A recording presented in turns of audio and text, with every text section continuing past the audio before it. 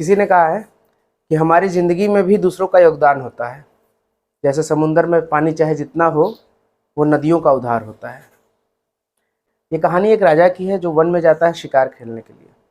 और जब जाता है शिकार खेलने के लिए तो वन के अंदर बहुत अंदर चला जाता है और उसके जो साथी थे, सैनिक थे, वे उससे बिछड़ जाते हैं। होता क्या है, जब बिछड़ जाते हैं रात हो जाती है, बहुत रात हो जाती है और उसको भूख प्यास भी लग जाती है राजा को, तो इधर उधर भटकने लगता है। तो उसने देखा कि एक कुटिया बनी हुई थी, झोपड़ी बनी हुई थी। वहाँ पे एक पुरुष और महिला थे, वो लकड़हारे थे।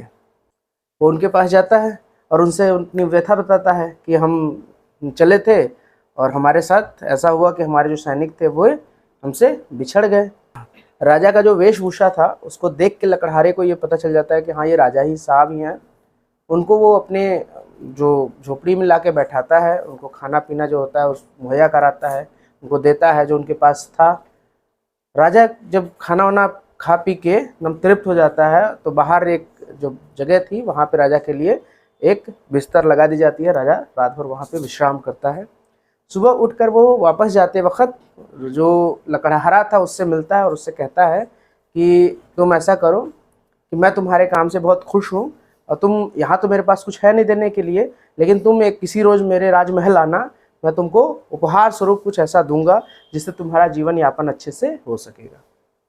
अब ये कह के राजा अपने घोड़े पर सवार होता है और वापस अपने राजमहल को चला जाता है। लकड़हारे की जो पत्नी थी वो ये बात सुनती है तो लकड़हारे से कहती है कि हम इंतज़ार क्यों करें, तुम आज ही निकल जाओ राजा के पास। पता नहीं, हो सकता है भविष्य में अगर राजा भूल जाए तो ये भी तो हो सकता है, तो जो ये हम लोगों का जो जीवन बदलने का है वो हो सकता है न भी बदले। तो समय नष्ट न करो और तुम अभी निकल जाओ राजा के पास और उनसे मिलो और देखो क्या करते हैं राजा साहब आपके लिए। लकड़हारे को भी ये बात अच्छी लगती है, वो चला जाता है, राजमहल पहुंचता है। जो उसके पहरेदार थे वे उससे पूछते हैं तो लकड़हारा कहता है कि हमको राजा साहब ने बुलाया है। पहले तो जो पहरेदारों को लगता है कि ये झूठ बोल रहा है, लेकिन फिर वो जो लकड़हारा था वो उस पहरेदारों से कहता है कि जाइए आप राजा साहब से बस बताइए कि लकड़हारा कोई आपसे मिलने आया है। जब राजा साहब के पास ये संदेश पहुंचता है तब वो तुरंत बोलते हैं कि हाँ, वो लकड़हारे को तुरंत हमारे पास ले आइए। जैसे ही लकड़हारा सभागार में पहुंचता है तो वो जो राजा थे वो उसको सोचते हैं कि उसके लिए क्या किया जाए। भाई लकड़हारा गरीब तो है, जंगल में रहता है, उसके लिए कुछ ऐसा किया जाए ताकि उसकी जो ज़िंदगी हो वो बदल सके। अब करते क्या है, राजा साहब के पास चंदन का एक बागीचा था, तो उनको लगता है कि ये लकड़हारा है और लकड़ियों का परख इसको है और इस बगीचे की देखभाल भी अच्छे से कर सकता है।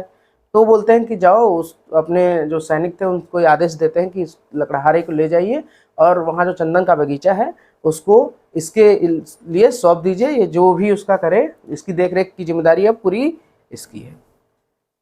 राजा साहब उसको आदेश देते हैं तो राजा साहब के आदेश पर उसके सैनिक उसको लेके चले जाते हैं बगीचे के पास और दिखाते हैं चंदन का वृक्ष। समय बीतता है, फिर एक दिन राजा साहब को ये लगता है कि चलो यार हम देख लेते हैं कि चंदन का जो हमारा बगीचा है वो कितना फल फूल गया, कितना और अच्छे से कर दिया उस लकड़हारे ने। जब वे बगीचे के पास पहुंचते हैं तो वो देखते हैं कि वहां तो अब चंदन का कोई वृक्ष ही नहीं है, एकदम पूरा का पूरा वीरान। थोड़ा और अंदर जाते हैं तो देखते हैं कि पूरा वो कोयले का एकदम ढेर बना हुआ है। उस लकड़हारे के पास पहुंचते हैं तो पूछते हैं कि ये तुमने क्या किया, इस बगीचे का क्या कर दिया तुमने। तो बोलता है राजा साहब हमारा तो काम ही था लकड़ियाँ लाना, लकड़ियों को जला के कोयला बनाना और उसको बाजार में बेचना। तो आपने बहुत अच्छा काम किया कि हमारे लिए पूरा का पूरा बगीचा दे दिया, हमने बहुत धन कमाया इससे, इसके लकड़ी को कोयले बना के मैंने बाजार में बेचा, मेरा परिवार बहुत अच्छे से चल रहा है। अब राजा साहब कहते हैं अरे यार ये तो बड़ा गलत हो गया, चंदन का वृक्ष और चंदन के वृक्ष का ये कोयला बना के बेच दिया मार्केट में। तो बोलते कोई बात नहीं, बगल में एक लकड़ी का चंदन का लट्ठा रखा हुआ था, उसको उठाते हैं, उसको देते हैं, बोलते हैं ये चंदन का ये जो लट्ठा है ये ले जाओ मार्केट में बेच आओ, फिर देखो तुम क्या मिलता है तुमको इसके एवज में। वो लट्ठा उठाता है, जाता है मार्केट में बेचता है। तो जितना उसने अब तक पूरा चंदन का बगीचा जला के धन नहीं कमाया था उससे ज़्यादा उस बस छोटे से लट्ठे का उसको मिल जाता है पैसा, क्योंकि वो चंदन की लकड़ी ना बहुत महंगा आता है, बहुमूल्य होता है। तो वापस आता है फिर राजा के पास, तो उनके चरणों में गिर जाता है, कहता राजा साहब हुई तो बहुत गलती है हमसे, क्योंकि हमें एहसास ही नहीं था कि ये इतना बहुमूल्य वृक्ष है, हमने तो इसको मिट्टी समझकर बेच दिया।